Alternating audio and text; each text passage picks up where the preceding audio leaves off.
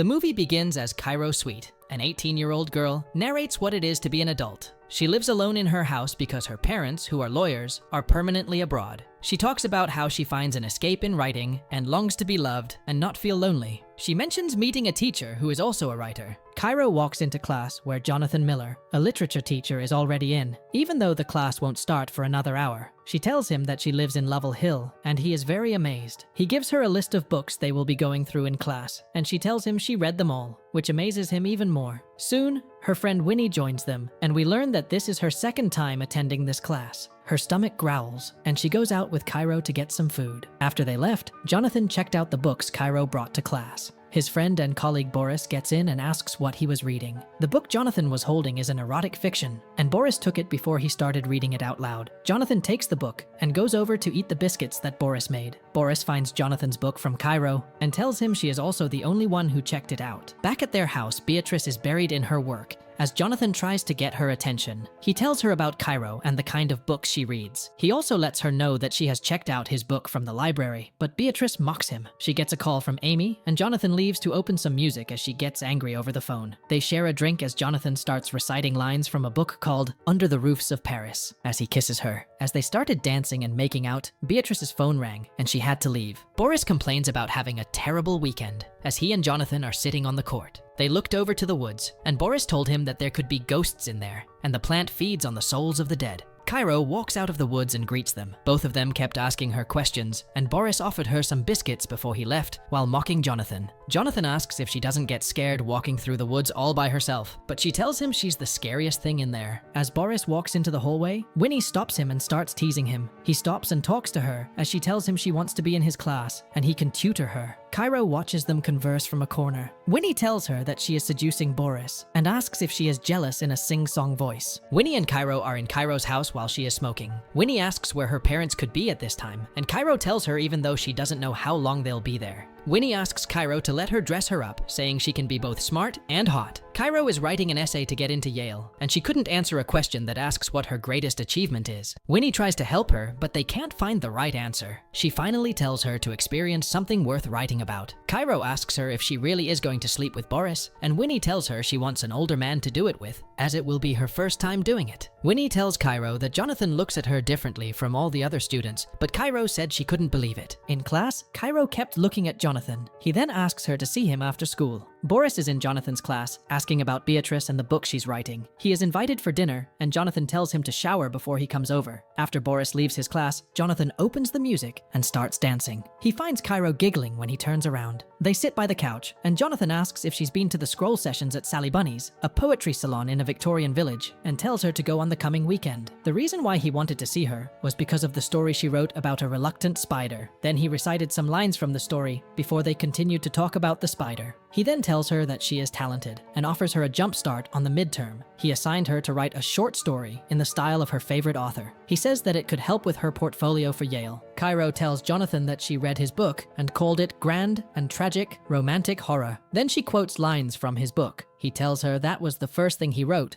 and that he hasn't written anything recently since he got married and started teaching. But Cairo challenges him, saying he isn't inspired. Winnie joins them as they're talking. Boris, Jonathan, and Beatrice went out for dinner where Winnie was the waitress. Beatrice asks why their order is not served yet, and Winnie offers a drink on her. Boris and Winnie sneered at each other, and Winnie called Jonathan a boring teacher, to which Boris laughed. Jonathan tells Beatrice that she is Cairo's friend before they discuss about her. Beatrice tells Jonathan that he is better at teaching than writing, and that it isn't for him. They both tell him it's not because he can't write that he's not a writer, it's because he stopped writing and chose to be a teacher. Jonathan was offended. On Saturday, Cairo went to the poetry place Jonathan suggested, hoping to find him there. Soon Jonathan joins her. She asks if he knows all the people there, and if what they're doing is like group therapy. A man named Elliot starts reciting a play as they all listen. After the play was over, Jonathan and Cairo were outside, and he asked if she thought it was going to be bad, and she said yes while giggling. Boris and Jonathan are sitting in their usual place when Cairo brings them coffee. Boris offers her a biscuit he made, and she suggests that he sells them to raise money for his team and that she will help with Jonathan. In school, Jonathan gets a text from Beatrice suggesting that they go on a trip for the weekend. Cairo and Winnie went by Jonathan's class to find him hurrying to leave. He tells them about the trip with his wife. Cairo asks him for approval on the writer she chose for the midterm. They talked for a bit and he left. Winnie starts mocking Cairo for the way she talked to Jonathan while getting on his desk, and Boris walks in on them talking about it. He says he agrees with the biscuit baking idea and asks them both to help. Winnie stops him and asks for his number to make it easier and faster. After getting Boris's phone to call Cairo, she puts it in her chest and is about to leave, but Boris takes it back. Jonathan is waiting for Beatrice to finish up when he gets a call from Cairo on her phone. He happened to have her phone in his bag, and she called to ask him to drop it off at her place. By the time he gets there, it is raining, and he asks Cairo to come to his side, where the rain is pouring before they kiss. Cairo is in her house watching TV and reminiscing about what happened while Jonathan is sitting at home with Beatrice. Beatrice apologizes for canceling their vacation because of work. After receiving the midterm assignment from Cairo, he went outside and started reading it. What she wrote was an intimate story that was portrayed by them.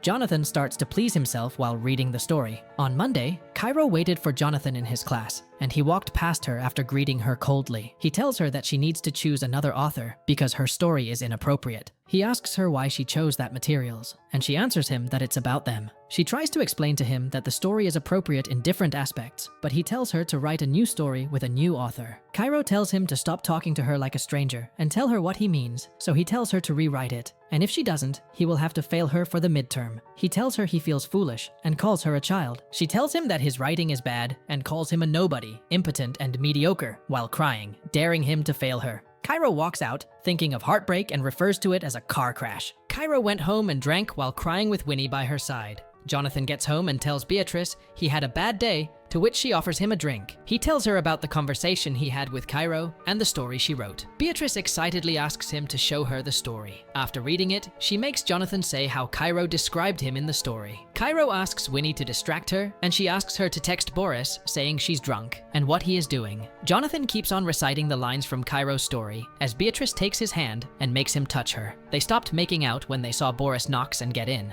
Winnie tells Cairo that she wants to be liked by Boris and that she wants him to sleep with her. Cairo makes her tell Boris that she's with her and that they're doing what girls do when they're alone at night. Beatrice finds Boris smiling at his phone and asks who he is texting with, but he won't tell her. He replies to Winnie telling her to go to bed. Cairo gets angry and tells Winnie to take off her shirt as they are going to be making out for Boris. They got very close and started making out while Cairo took a picture and Winnie sent it to Boris. Earlier that day, Cairo had sent the story she wrote to the principal. Beatrice gets a call from there and gives it to Jonathan. Boris suddenly decides to leave, saying his goodbye to Beatrice. Jonathan learns that the principal got the story from Cairo and tells Beatrice about it, and that he thinks that Cairo did it. He says that if she can convince them that something's happened between them, he could lose his job. Beatrice asks if something happened between them as teenagers, which is very dangerous, and if he should know what he's doing. The next few days, Cairo didn't show up to school, and Winnie looked very sad. She asked Jonathan if he'd seen her, but he coldly says he didn't. Cairo and Jonathan are being questioned by the principal, Joyce. Cairo tells her that he gave her the midterm assignment in advance and that they used to meet before, during, and after class to talk about literature. She said that he was impressed that she knew who he was. Jonathan tells Joyce that Cairo is very talented and that he gave her mentorship